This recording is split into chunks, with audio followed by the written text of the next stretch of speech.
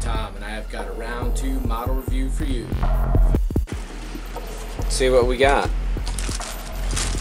A little bit of extra space in the box. Sometimes they're really full, sometimes not. This isn't packed too badly. Now looking at these pieces here, I'm kind of surprised at the side of it. I've always thought of this kit as being a bit on the smaller side.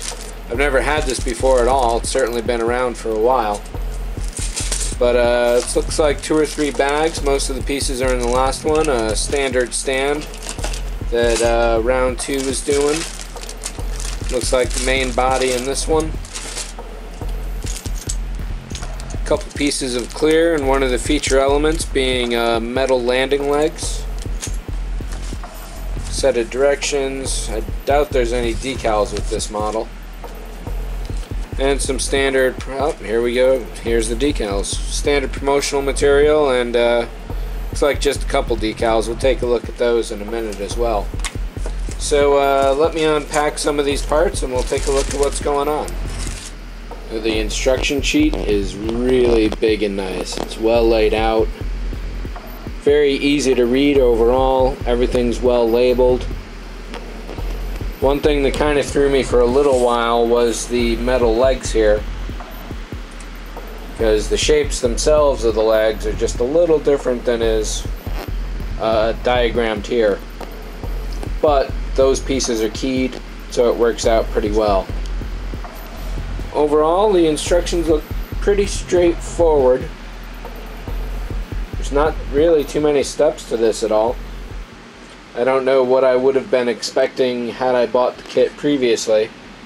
I was never really a fan of the design when it first came out back all those years ago, but seeing this kit and what round 2 did to it with the additional legs and a little new engineering, it really made it more interesting. And having the 1/350th Enterprise refit and this being 1/350th as well, it's just a really nice convenience right there.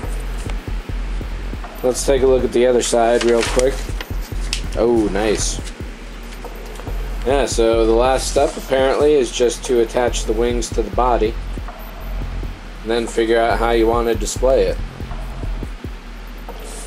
These are some really nice big graphics. This is definitely poster worthy if you're into doing that sort of thing with your stuff. So all the color calls are over here, and it looks like we've got M amount of them. 2, 4, 6, 8, 10, 12, 13 or so. All of them are Model Master calls, so those will be on a little on the more expensive side. But there could be a lot of them that you have hanging around, and if you can match the tones, you're all set. Of course, this paint job is so relatively unique. You could really freestyle your own and do it any way you like. Really nice diagrams here. And the very few decals, it looks like they all go right in this area. Here's what those look like. Just a couple emblems, some lettering, and whatever these wedges are supposed to be. I don't quite know offhand. Alright, so let's take a look at the parts. They're doing a really quick count. There's about 60 or 70 pieces here, and the skill level on the box is a 2, so it's fairly standard in that regard. As to the accuracy, as with all model kits from the day, this is redone by round 2. This is originally an AMT kit, probably under Ertl from the 90s, if not the 80s, if not the mid 80s, so this tool could be 15-20 years old. So the accuracy on model kits back then was not all that hot, but round 2 just added a couple things, including the metal landing gear, a landing bay, and I think you can position the wings now, and you couldn't do that before. But speaking of them, let's take a look around here. All the molding is pretty crisp to some degree. I don't know, it almost feels not quite puffy, but you know, it's definitely not. The edges are just ever so slightly rounded, I think, given that these are supposed to be armor plates going on. So it gives it a little bit of a puffy feeling to it for me. Details are a little soft in there. That's tough to tell what's going on exactly.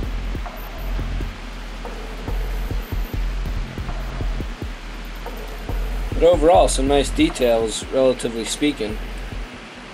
One of the things I think you really need to do on this kit is replace the guns, because those are just terrible. But to be fair, no one does guns really well simply because tubes are tough to do. So in that regard, this is a kit that could use a lot of brass and aluminum work. But overall, detail is definitely nice, it's striking, it's well done. And I expect that you could really do some nice color work with this, given that in the TV series all of the ships seem to have a relatively unique color scheme. Over here on the legs, they come in two pieces. They're keyed to join up specifically with one or the other. You can't just link both of them in. A couple plastic pieces here. There's definitely a lot of good detail on the torpedo tube bay there on the right. And this engine piece has some nice detailing as well. You know, there's just no way to really put many of these pieces together, and there's just too many spread across, too many sprue, and the shapes are too strange to really tape up. But this is definitely a really good size here. Just over a foot across at least, and that probably changes depending on what setting the wings are at. And I will get a video in the future of this with the refit Enterprise next to it, or at least parts of the refit Enterprise next to it. And we'll see you down the road sometime. So a nice little kit. Good new parts from round 2, the metal landing legs and the landing bay, and they may have tweaked it so you can set the wings in different positions now. Something about that. But there is an aftermarket kit that will let you set, no. With round 2's version, as is, out of the box, you can only set the wings in one position for good. There is an aftermarket kit out there, and I don't know anything more about it than that, that will allow you to change the wings as you like, when you like. Have a look around for that. I don't know what you would call it, but it is out there. Thanks for watching. See ya.